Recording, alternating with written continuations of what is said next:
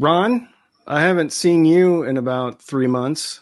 Yeah. And wouldn't you know it, we have Jason Stoddard from, it's Scotchgard or Stoddard?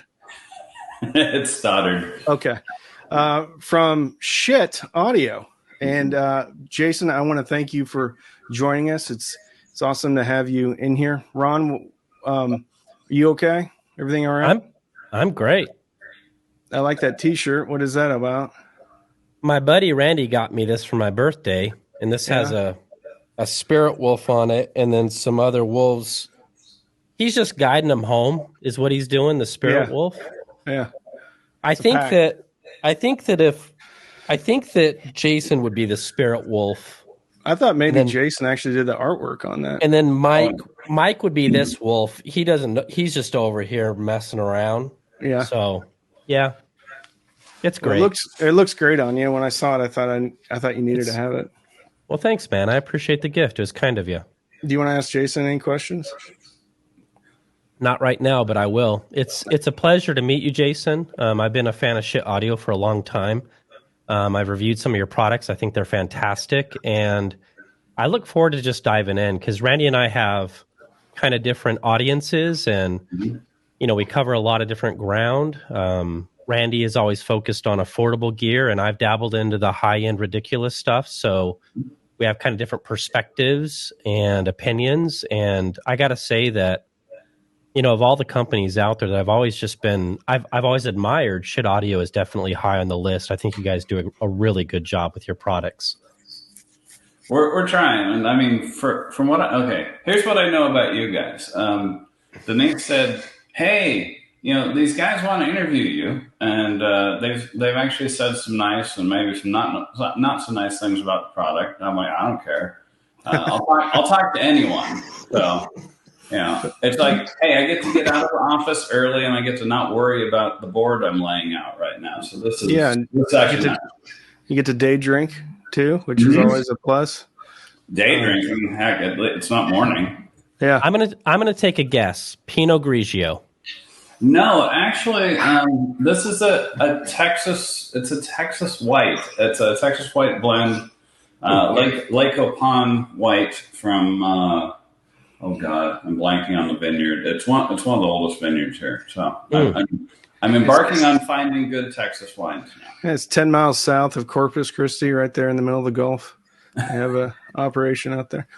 Speaking of Texas, so talk me through why you guys put a facility down in Texas, because I think it's great, but I think the audience may like to know as well.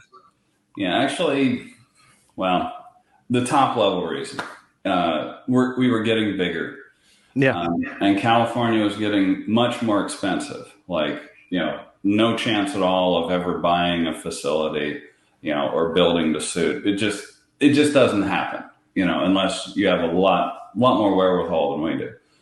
And then COVID hit. Sorry to bring that up because everyone still, is talking about it. And for a while, it looked like California was going to hard shut us down, like as in we were not going to be operating at all, period, under any protocols. We luckily kind of fit into a business communications category. Don't ask. I have no Whatever idea. Works, right? Yeah. And so we were able to keep operational and everything, but that was a real scare. And so we started looking at states, A, that, were friendly to business, and B, we would be less afraid of like anything, draconian happening right in the future. Yeah. So that we actually went and looked at Utah. We actually took a little space in Utah for a while. I didn't do much with it other than store things. Our purchasing partner is in Utah, so that explains that. We actually looked at space in Tennessee near Dan at Emotiva. So we're cool.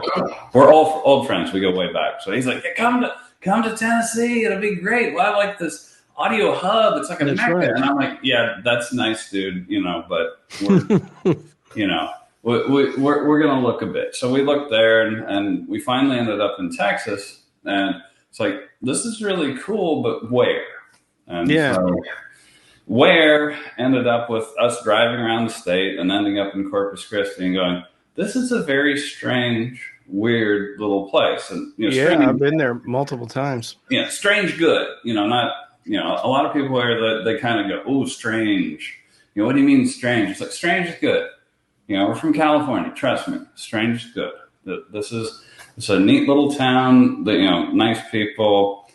The steel mills that we actually use and the aluminum mill we use are here, which doesn't hurt. That's awesome. Yeah, and right now it's funny. The metal goes from Corpus Christi to California. You get stamped, and then it comes back to Corpus Christi or stays in California. So we're hoping to expand metal-wise here as well. Was that something you were looking for as far as a facility, somebody that had actually the supply chain closer to you? Is that one of the reasons Corpus kind of went on the radar? Partly because it was the right size and feel. We're really big on what are the people like, what does it feel like. And it felt like the town we're from from Santa Clarita, which is about a 300,000 person city in California. Yeah, Corpus is about 300,000 people. It's more spread out. Yeah, humidity is very similar too, right? Between Corpus it's exactly the same. Exactly the same, climate. One of the best Corpus moments was when I was talking to them about our humidifier we have in our California house.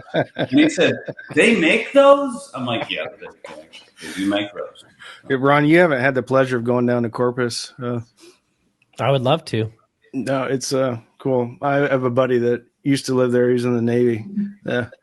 So I went down to Corpus quite a bit. If you like, we actually chose it at least partially because, we wanted to live here as well. And, we actually wanted to be someplace where you could surf and where you could do kiteboarding and stuff like that. So cool. Corpus, of course, there you go. California, beachfront. Oh, yeah, that won't be happening ever. So do you kiteboard and surfboard? No, just surf. Surf and bodyboard. We're dilettantes. But kiteboarding looks interesting. Dilettantes.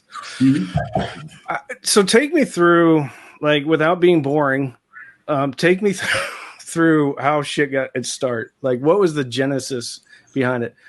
But again, don't be boring. Yeah. Complete and utter panic was the genesis. The 2008 financial crisis hit. And at that time, I had a advertising agency or a marketing agency to be more accurate.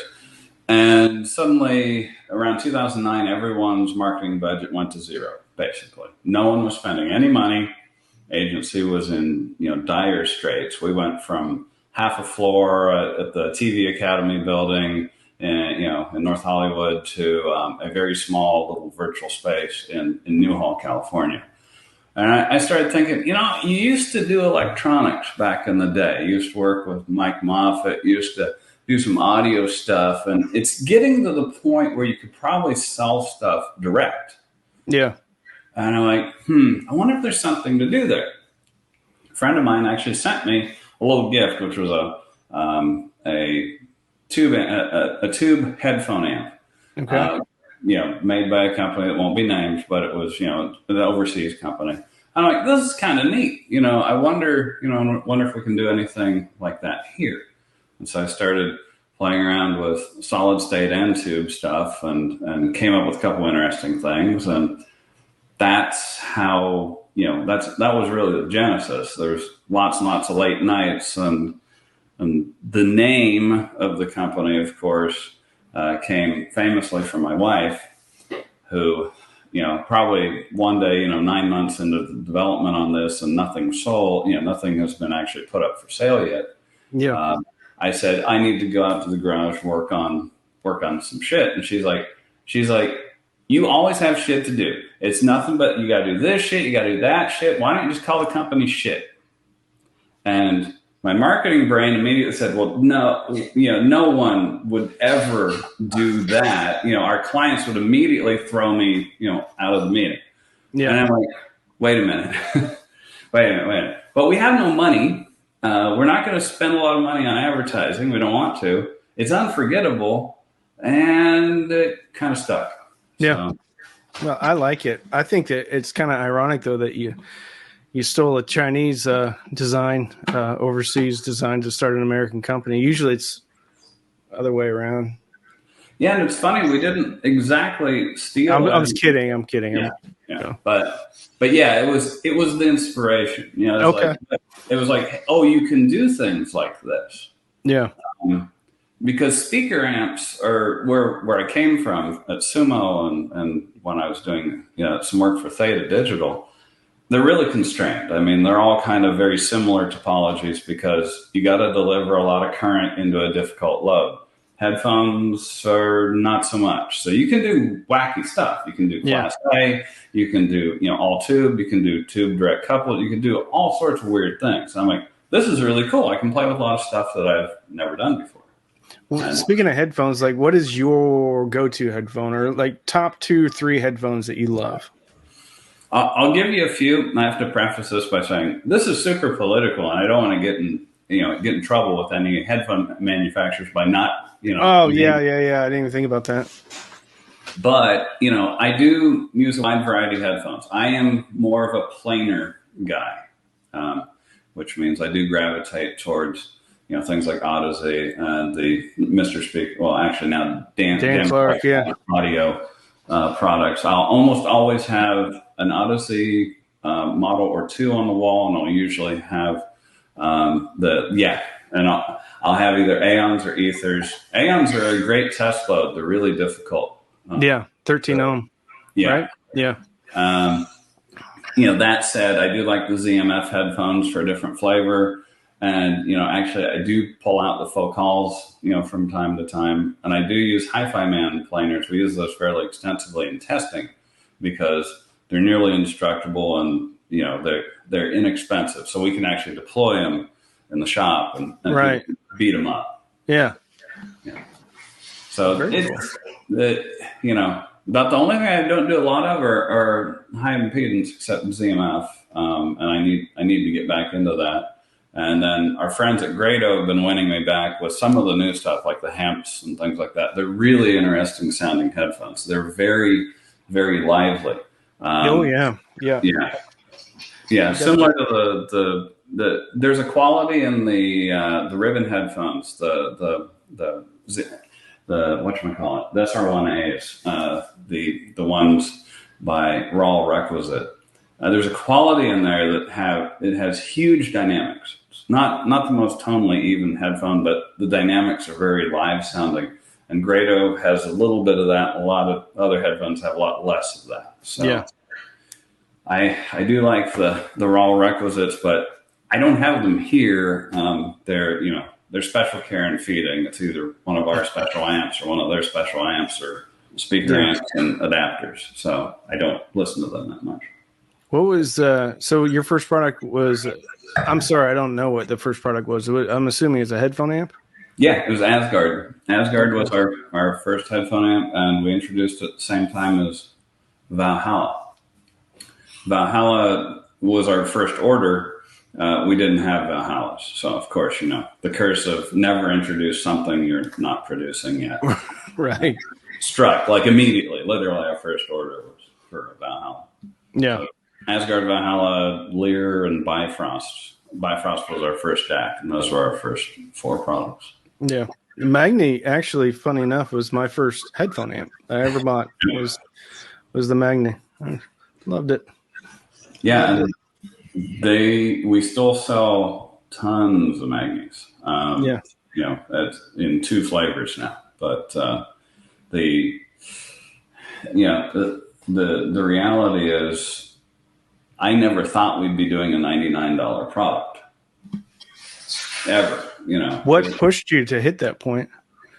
Mike Moffitt, he's one of the kind of the foundations of the old high end. He got real excited about doing a $99 DAC. And I'm like, yeah, that's nice. Go away. Don't bother me. I don't really care about that because it'll never happen. And then he brought me something that was the original Modi. And I looked at the cost and I'm like, we could actually do this for $99. So I guess I have to have a headphone amp to go with it. Yeah. And that really changed the complexion of the entire company at that point, because probably the way it breaks down is about half our sales now are coming out of Corpus, which is the $2.99 and below products. Like Lokius is the top, and then the rest of it's in Valencia. And so half of it is in the very low cost products. Well, that's really cool. Ronald, you got anything? With you and Mike working together, Mike was with you from the very beginning, or did he jump on a little bit later after the company? Mike and I had an early conversation when hey, let's do this company. And we didn't have a name. And I said, hey, you want to design DACs for it? He's like, yeah, sure. And then we went on to, do barbecue or whatever the heck we were doing. And I think he totally forgot about it. Yeah. And so the day we launched the company, we actually started making sales, and we started making quite a few sales from the beginning. I said, hey, Mike, remember the whole DAC thing? He's like, what DAC thing? I'm like, the DAC to go with the new company. He's like, oh, yeah, I'll do that. No problem. And the first thing he brought me, the concept was actually Yggdrasil. And I'm like, Mike, a $2,500 DAC is not going to go so hot with $250 headphone amps. Yeah, smaller. Yeah. And that became the Bifrost. But yeah, he's really, now that he's actually doing the low cost stuff, he really loves it. So awesome. He's the one who's actually really pushing for a lot of stuff. He's kind of like, can we do this, better? Can we do it for less? What can we do? And I'm happy because I got a little distracted on the higher end stuff the last year. Yeah. Yeah. As a follow up, both you guys more into headphones than speakers? Like, when you listen, Jason, and you're trying not to work, which is probably impossible, but when you're just trying to enjoy something, is your first pick grabbing a pair of headphones? Speakers. Okay. Yeah, oddly enough. I think probably because I grew up with them. Okay. I know some people who grew up with headphones and they're like, the speakers sound weird.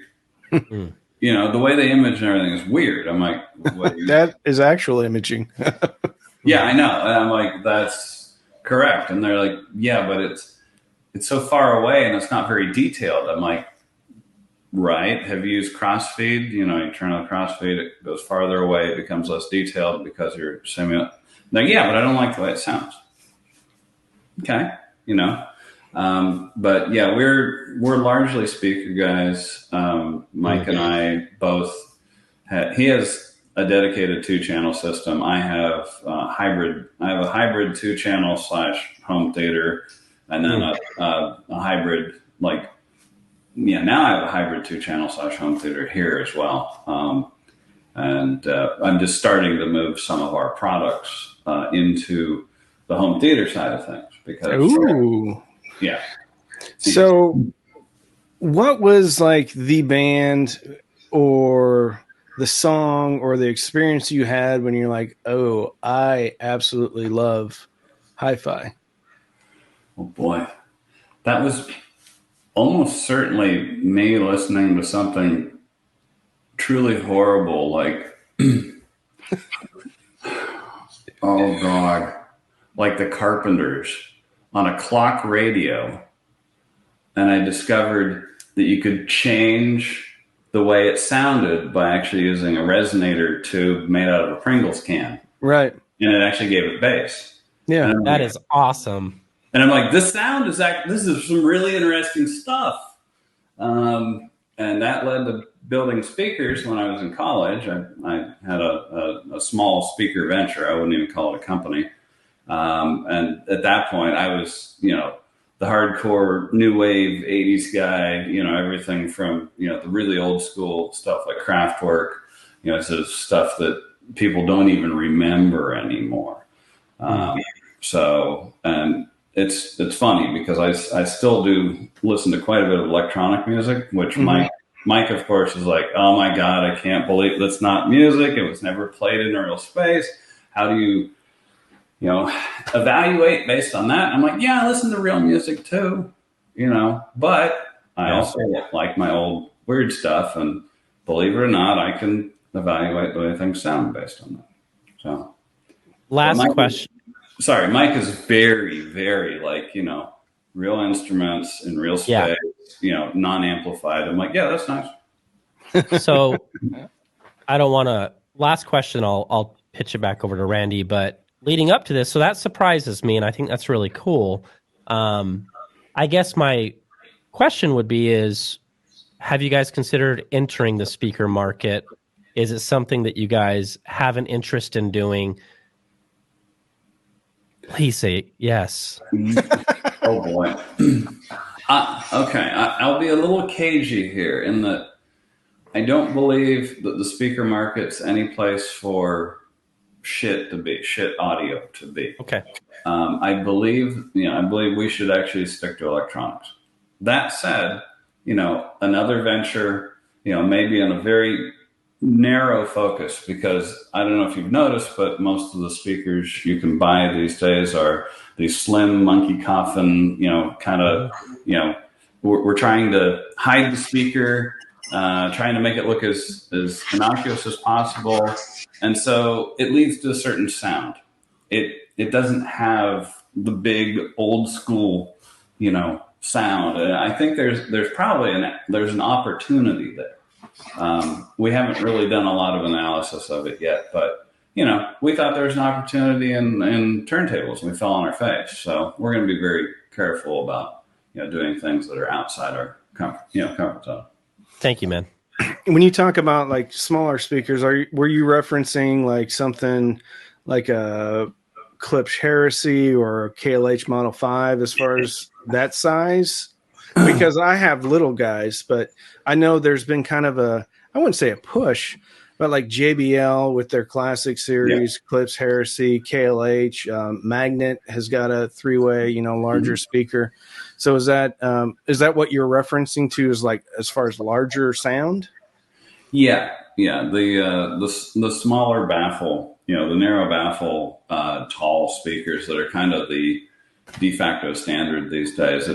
I understand why they came about. I understand the benefits, but it's also, I think, kind of profoundly limiting in some ways. Yeah.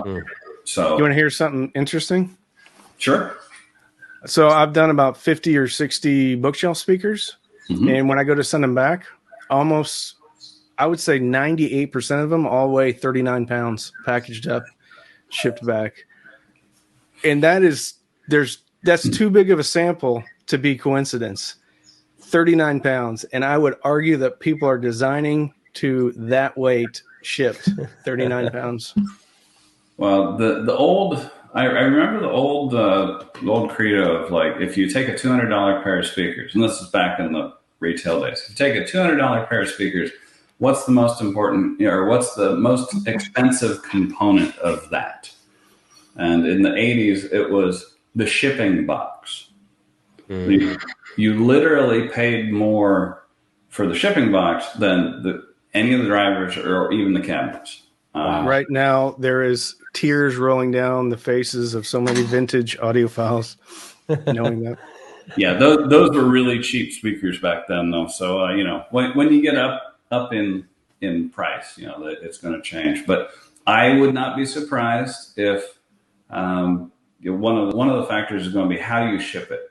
And how do you ship it effectively? If you're even contemplating direct sale, if you have a return policy, how do you get it back, effectively? So there's a lot of factors, and believe me, I had no idea that we'd be employing people that do like ERP and stuff like that these days. It's like, oh, please don't talk to me about money and numbers. Just let me design my stuff.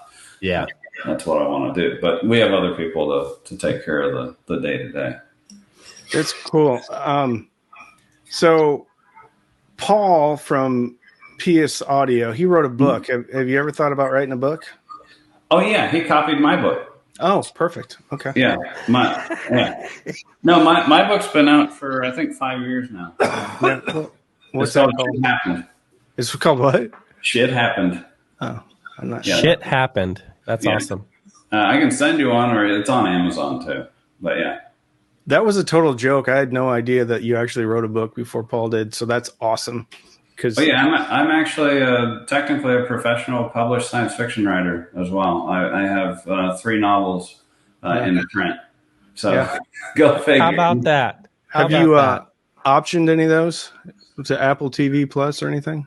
No, we got actually close in one of my short stories where I actually did a treatment and script and went down the road on that.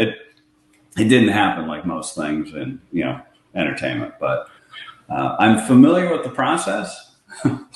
These are all jokes, but they actually happen. So you're like, oh yeah, I almost optioned that book. No, I mean I'm not trying to be the one-up guy. Oh yeah, you did this, but I've done. Well, you are though. I mean, you started Schiit audio. No, I did. I did a lot of things because I started from nothing. It's like I decided to do audio because it was fun to start, and then I did marketing because things didn't catch on fire. To be brutally honest, some of the sumo products were a little scary, and then I went back to audio, and I also wrote like about 3 dozen stories and 3 books in that time, just because I have to write things. Right now, I write, the Shit Happened book is ongoing. It's actually on Headphone. There's new chapters. I usually do somewhere between 12 and 20 chapters every year. Yeah. But there is actually a print book up on Amazon where I can just, send you some. It's not a big deal. Well, either way, I mean, but if you and Paul got into a fight, who would win? Oh, I don't know. I think he'd probably win because he's got the gravitas. He's been around since the beginning of time. I'm like the weird dude you invite to the party because he's got a pink 1959 Cadillac or something. We're a lot of people look at us as like, oh, they're kind of like this joke company, and it's like, yeah, we have a silly name, but we're serious about the sound. I don't think anybody thinks Shit's a joke company. Literally, no. You know how many people I talk to, and you can almost, within 6 to 10 questions, there's going to be a question in there about a shit product. And that's not hyperbole. When I'm on a live stream, probably every 5 to 10 minutes, there's a question about a shit product. Yeah. And I mean, it's ubiquitous in my area. So I think whatever you embarked or whatever your goal was initially, I think I don't know, maybe, but you've probably superseded it because it is everywhere. And I don't know. And this is another thing. I'm sorry, I'm going to get on a little bit of a soapbox. So before I ever started a channel, I watched a lot of YouTube, of course.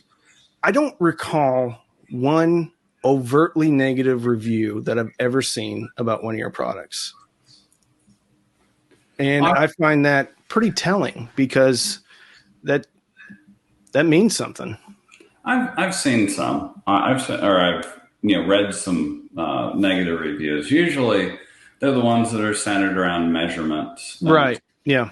It's like, guys, we make products that have great measurements. We also make products that have really shitty measurements, And we say, this is a shitty measuring product. Oh, and by the way, here's the AP report. And this is a great measuring product. And by the way, here's the AP report. Some people like tube amps. You can tell them day in and day out. It's like, the Synad is 40 dB or whatever. It's like, I don't care. I like my tube amps. It's like, cool. I get it. I myself gravitate towards tubes. Usually not 40 dB Synad, but something that's probably considered to be fairly inaudible. But I do gravitate towards tubes, and yet we also do some very good measuring stuff. I think before we did the very good measuring stuff, a lot of people thought, oh, well, they can't do it. They're incompetent. It's like, no, we can do it. I mean, it's actually not hard at all, but we don't find it exceedingly interesting. But we're also we're not pushing that ultimate limit. We're not trying to get numbers for the sake of numbers. Yeah, because can't you just push feedback loops to the point of having zero distortion, and then it just doesn't sound as good, right? Pretty much. Well, that's to be argued. There's actually a lot of designers. Well, okay, there's a side of audio design or audio design theory where it's like more feedback is better. So go ahead, add as much as possible to drive everything, to the lowest possible measured point. And then there's, the other side where it's like no feedback. You got Nelson Pass and Bruno Putzi's, So Bruno says use all the feedback you can, and Nelson Pass kind of like, maybe a little bit, maybe not, or maybe just local feedback. And we're kind of in the middle. We actually have to be able to, if you're talking speaker amps, we can't do, 64 output devices, all in parallel to get low impedance. We need to use a little bit of feedback, but we might use 30 dB, not 130 dB.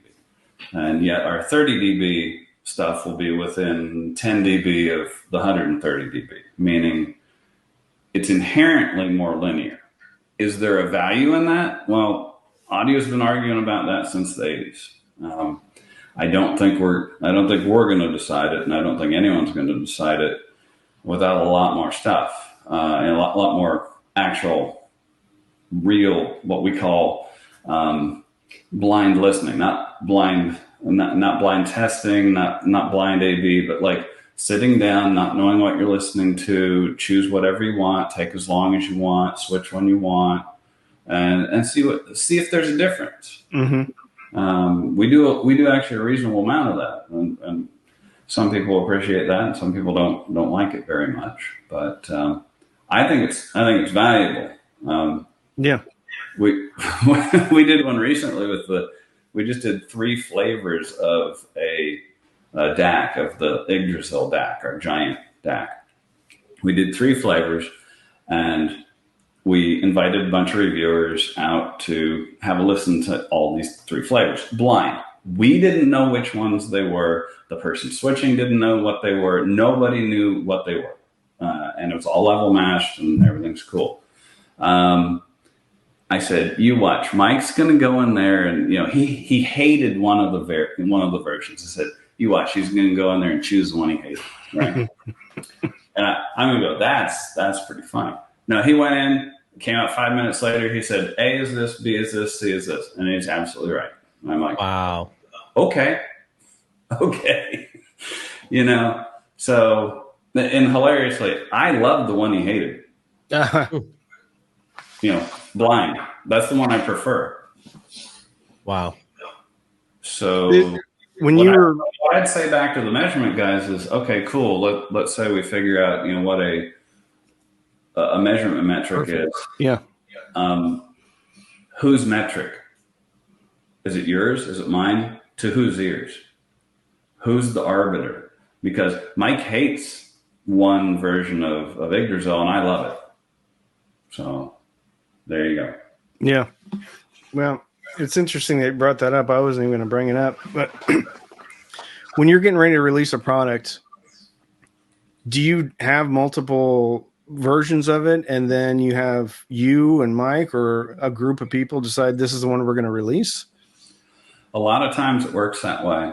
Or we'll actually have a beta. It's like right now we have this CD player / digital hub thing that's in beta right now because it has a lot of very wacky stuff. It's a CD player with a USB output and USB inputs. Okay, so it's weird. We need to make sure it works. So that's actually going through a real beta test. We've selected people. It's gone out to them. They're playing with it. They report bugs, and there are bugs, and then we fix them. A lot of times, it's me, Mike, and half a dozen other people that listen to it and decide. And sometimes we can't decide, so we'll actually release both or more versions and let sales decide. We've done this. We call them Thunderdomes. It's like we have product Thunderdomes. It's like 2 products enter, and maybe 2 come out, but usually only 1 or maybe 0 sometimes. That's cool. Yeah.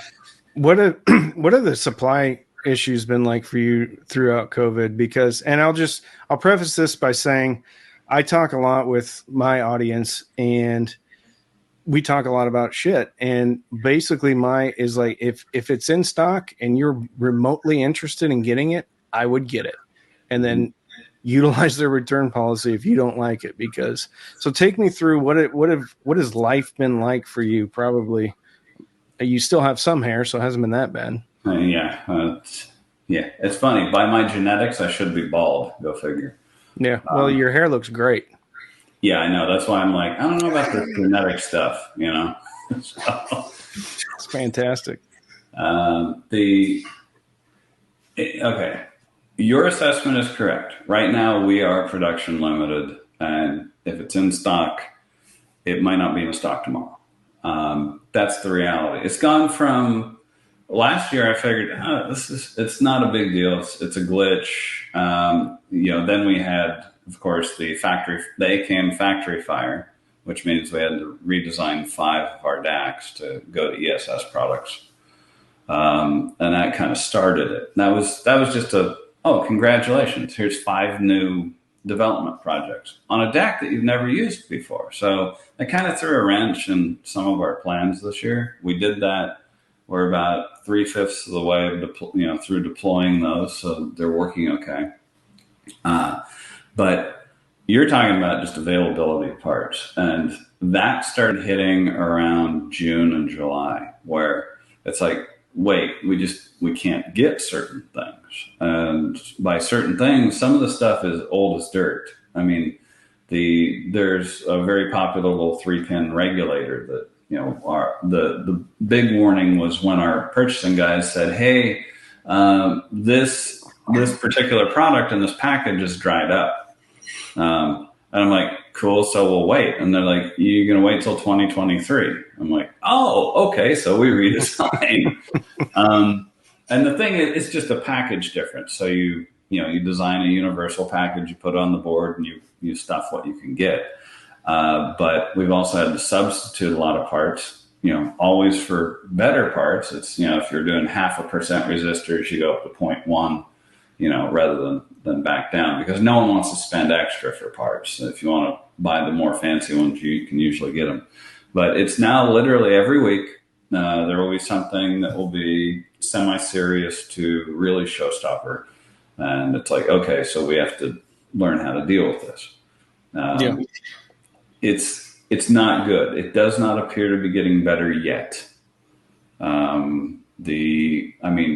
If you go on some of the electronic supply places that actually sell things through distribution, like Mauser or DigiKey, and you see that, like, at certain diodes, it's like, oh, this is anticipated to come in, 8/3 of 2023. I'm like, 3? Wait, 3? Okay. Yeah. And it's a diode. It's like, come on. So it's going to continue interesting, but so far we're managing it, okay.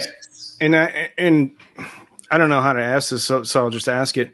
Have you guys seen, I'm assuming you've seen year over year top line growth throughout even COVID, or has it ebbed? Has it waned?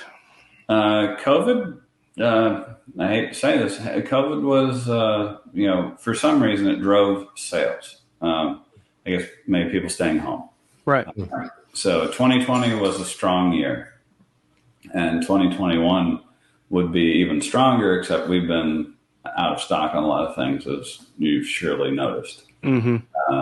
That's getting better on some of the smaller products. And in fact, I hear we're actually going to have Sagas back in stock. I'm like, that you're kidding. I mean, I haven't seen those since like February or something. Yeah. Wow. Well, I have one of my patrons will be very interested in that, because he's talked about the Saga quite a bit. Yeah, both Saga and Saga S should be up as in 2 to 4 weeks. That's awesome. Yeah. Has this journey exceeded your expectations? By far. When we started, I figured, oh, this is a cool little side business. I could probably make a car payment or something. we could probably build a shed in the backyard and put it all in there. And, less than a year later, it's like we have to move out of the garage because we actually have 5 people showing up here at night to build things in an HOA neighborhood. I bet they love that. Oh, yeah. We were like probably right on the edge of getting reported. So we actually got a small building, and, we've just been growing from there. So now I think we have a total of about 30,000 square feet between the 2 states. And then we're going to expand further here, just because our warehousing needs are fairly high, and we're coming up with 2 or 3 more products that are going to be specific to Texas. Cool. that might be very high volume, or who knows, might be another soul. We have our mistakes. Well, I think your batting average is pretty good thus far, though.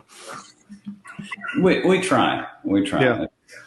But the thing is, you have to try different things. Right. So.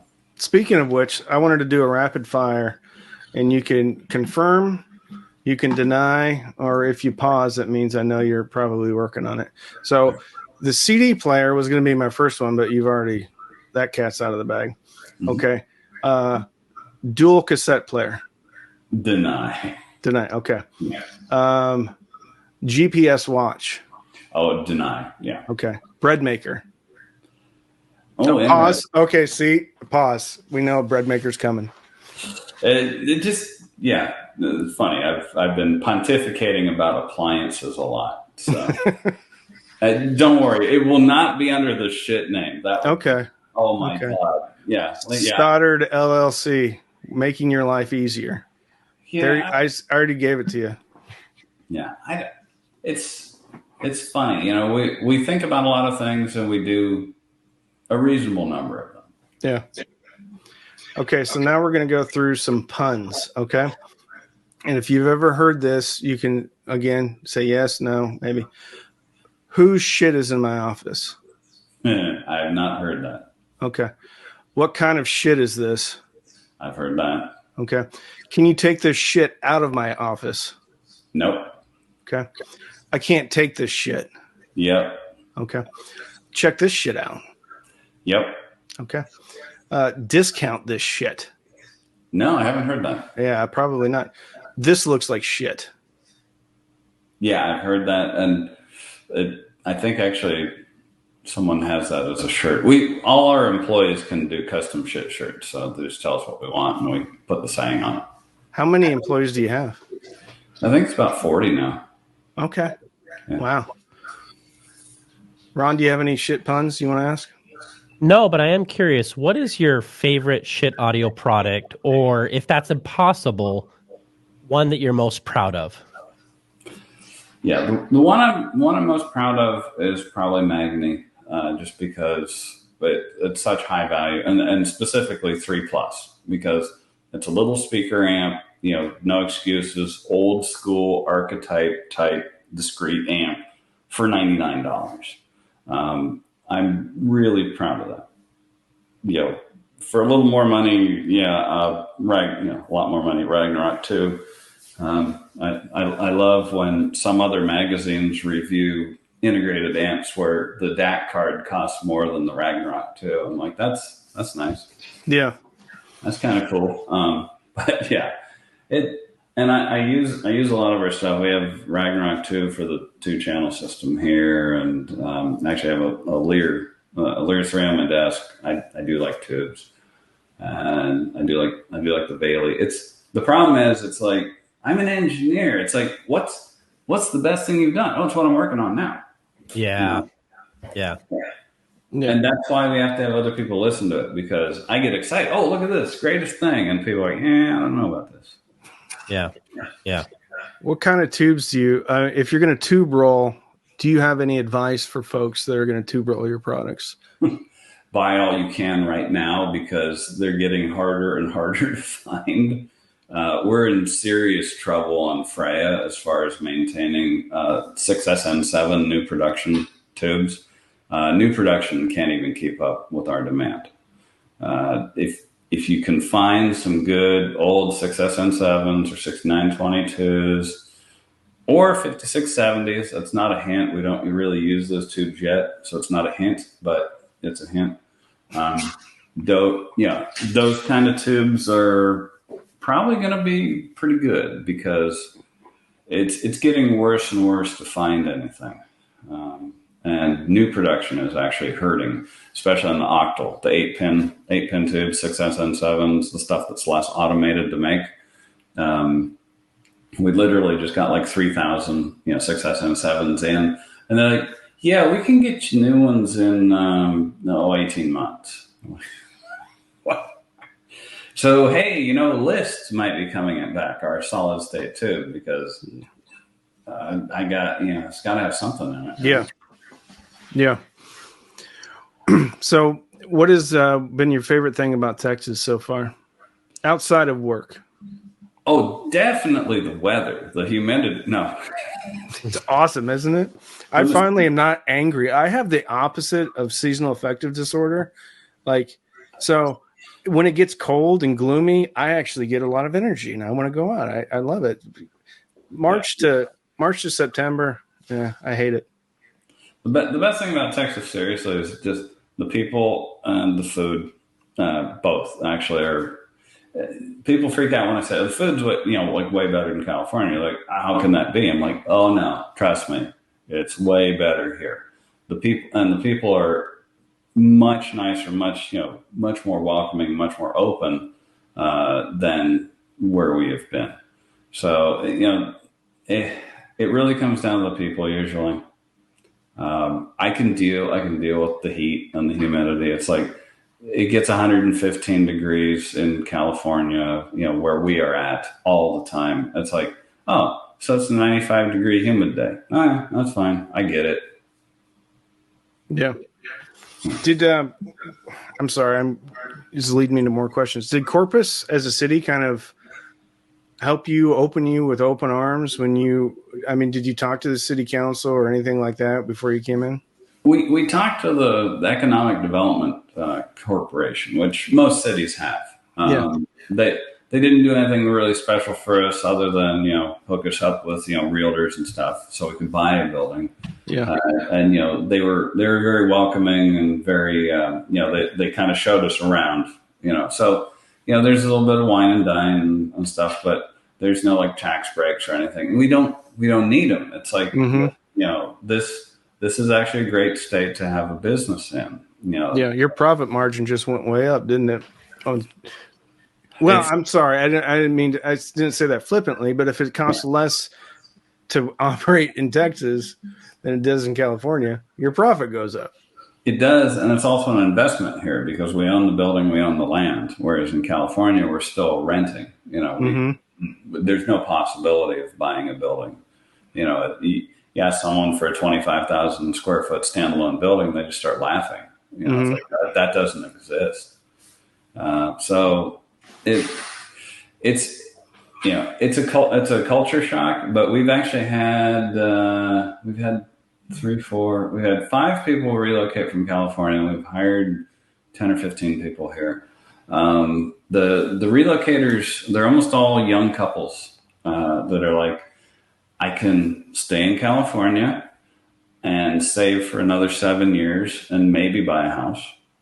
Or I can move, buy a house, and start paying my student loans immediately. I'm like, yeah, exactly. It's like time to go. Yeah. And so they moved, and they seem to be quite happy with it in general.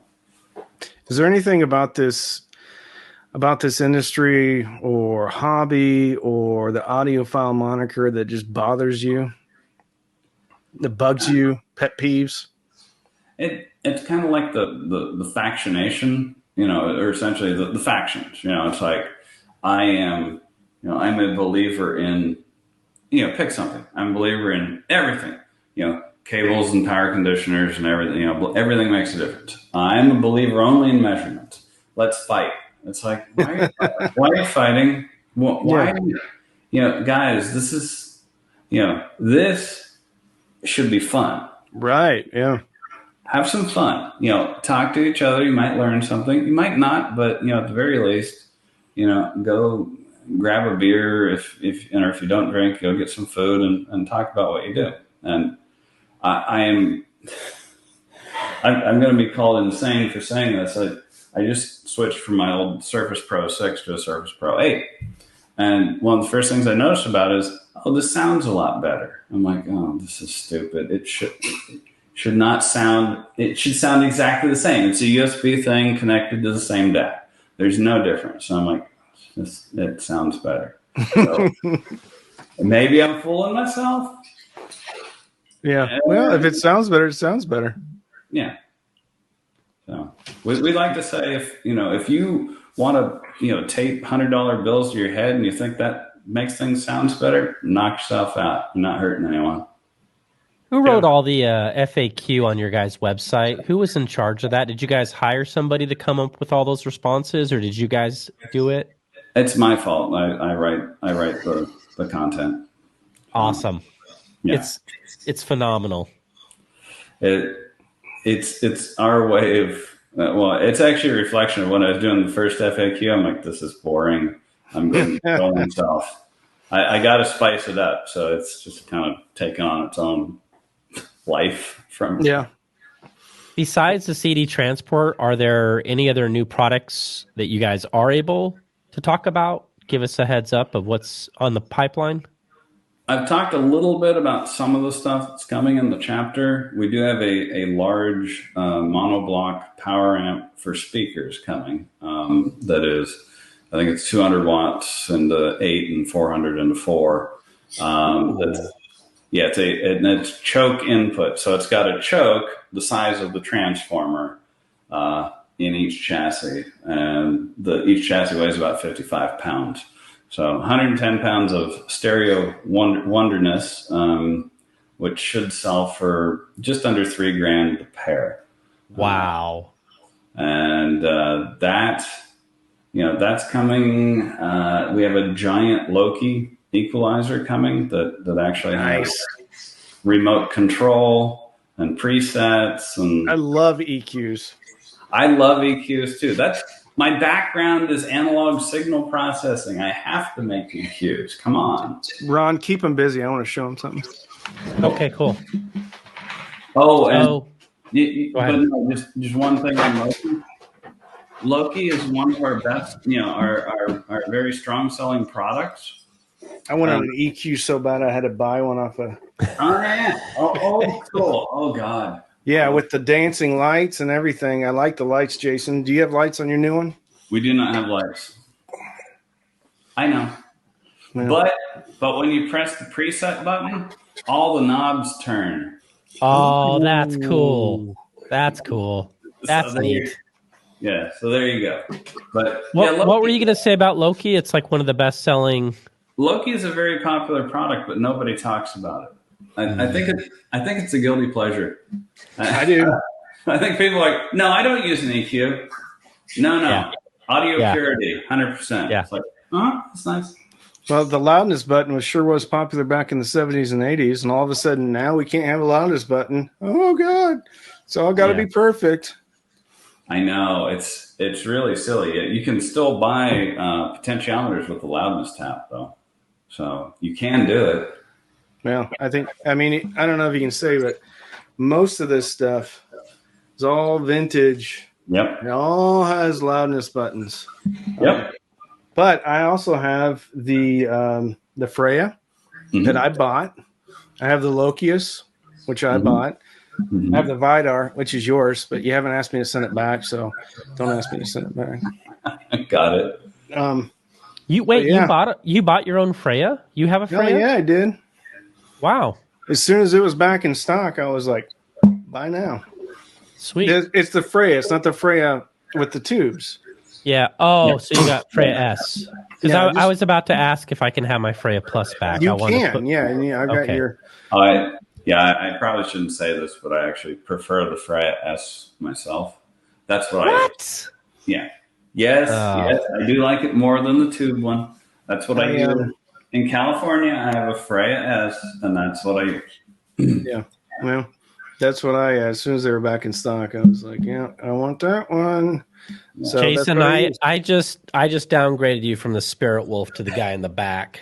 No, I agree with Jason woods. on this. Jason and I are synced up on the Freya S. Oh yeah, and I got shamed into choosing Freya S because we had a couple of guys, early listeners who were like, "This is the greatest thing, it's way better than the tube." But I'm like, "Yeah, that's nice. I'm going to get a Freya Plus, that's what I use." And so they actually set up a blind listening thing at the shitter. And, we actually had people there and, I listened. I'm like, oh yeah, well, clearly, this one's great. It's like warm. It's tubey. It's beautiful. That's Freya Plus. Like, that's Freya S. I'm like, that is not Freya S. That is not Freya S. They gotcha. I wouldn't believe it. Jason, I actually noticed the same exact thing when I ran the Freya Plus. And I ran the Freya. I gravitate more towards the kind of warm-ish or warmer. And I was like, I want this one because it has balanced in, balanced out. It's perfect to test a bunch of different equipment. Got a remote, looks good. Although if it made it in black, it would be even cooler. But food for thought. I don't know. Oh, black is coming. We can get you a black top. All right. Yeah. Awesome. Randy, can I borrow your Freya? No.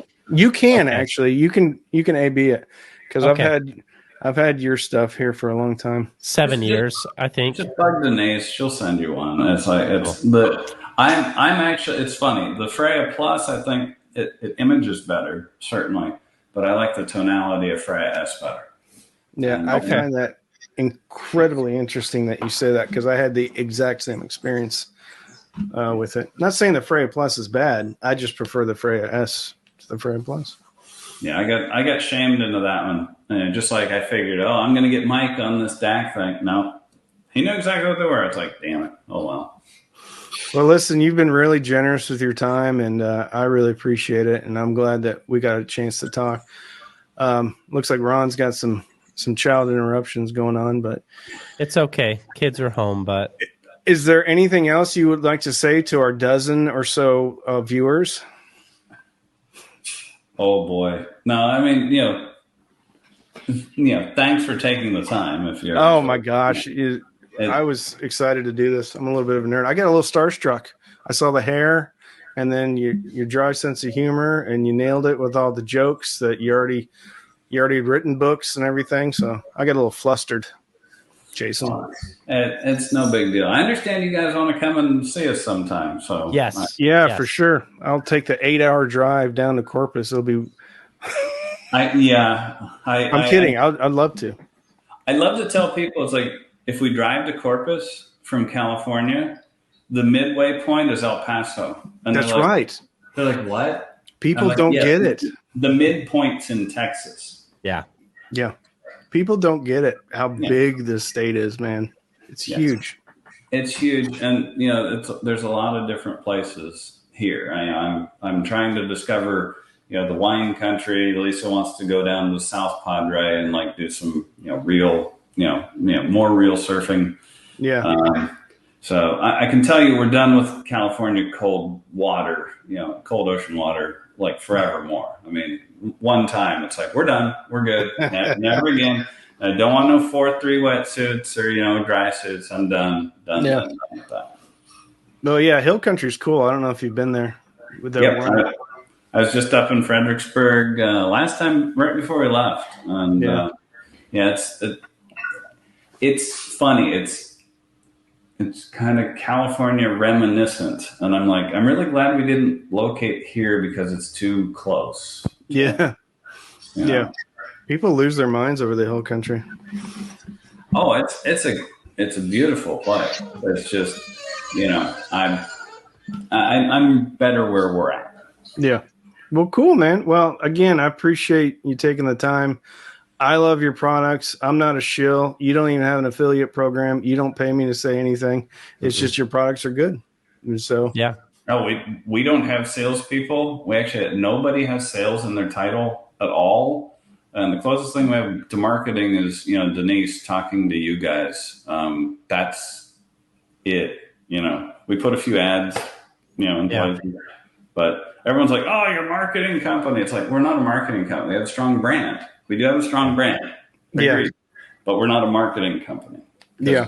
We never, ever tell you if you spend more, it sounds better, or you need to upgrade. We don't do that. It's like, don't really care. Well, I think it's a testament to your products. Just peruse YouTube, anybody out there, and see if you can find very many negative reviews, because they're not out there. No, he's easy to recommend products. We do it all the time on the live stream, and thanks for your time, man. I've had a blast hanging out with you. No, yeah, I'd love to see you guys down here, or we'll head up your way sometime. Don't say that, because I'm going to be in your backyard tonight, going about 11:30. Jason, hey, remember that promise you made? Yeah, you promised. That'd be about 1:30, but yeah, that's cool. Yeah, yeah. No, that's fine. We're here, and we're kind of doing half on, half off here in California. So cool. We're here till past Thanksgiving anyway. Well, as soon as you get so you're in Texas now or California now? I'm in Texas now. Okay, cool. Yeah, I'll be down there in about 8 hours. I'll see you. There you go. No. There you go. We'll leave the light on for you. I appreciate it. Cool. All right, Randy, why don't you take us home? All right, y'all. Well, if you want to watch this, you can find it on Al's podcast barn. No, Memocast. We can't mention Al anymore. There's some pending litigation. Yeah. Okay. Well, we're everywhere where you can find podcasts, and then obviously on Ron's channel and my channel. Jason Stoddard from Schiit Audio, thank you so much for being here. It was a pleasure. Look forward to all your new products coming out, and please maybe send me some, and I'll listen to them, and then I'll tell everyone how awesome they are. We can do that. Because I have an Emotiva tattoo, and then I want to get a Schiit tattoo because everyone says I'm an Emotiva and a Schiit shill. So I'll put the next week. Oh God, yeah. Dan and I argue about that all the time, and it's like, Dan, I tell people buy your products for home theater, every time. So. All right. Well, thank you, Jason. I appreciate it, and everybody that's watching, thank you for sticking this long. If you made it this long. Cool. We'll talk to you soon, I hope.